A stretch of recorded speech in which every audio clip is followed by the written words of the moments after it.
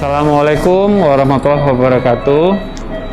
Para sahabat RJTV yang berbahagia, pada hari ini kita akan mencoba memberikan informasi terkait satu tindakan baru di Rumah Sakit Umum Zainul Abidin Banda Aceh yang kita namakan ERCP, Endoscopic Retrograde Cholangiopancreatography, atau bahasa Indonesianya teropong saluran empedu.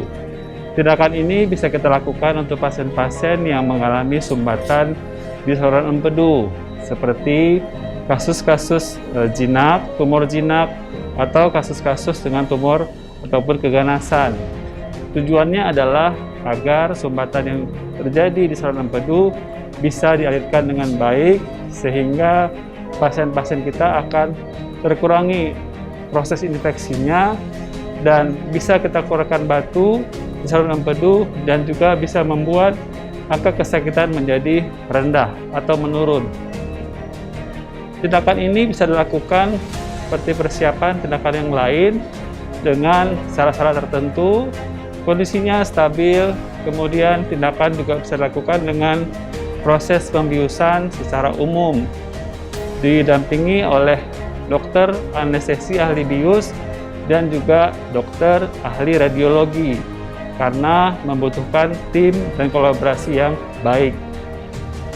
Tindakan ini relatif aman, namun tetap ada efek samping atau hal yang terjadi seperti hal-hal infeksi ataupun yang lainnya. Tapi ketika kita mempersiapkan dengan baik, kita mempersiapkan pasien dengan optimal, maka efek samping itu bisa kita tekan dan akan lebih aman. Tindakan ini bertujuan betul untuk bisa membuat pasien lebih sehat, mengurangi kesakitan, dan mengurangi angka mortalitas.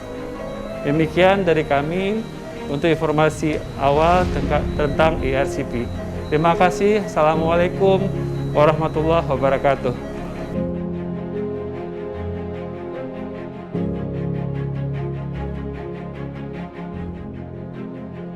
ERCP, oke.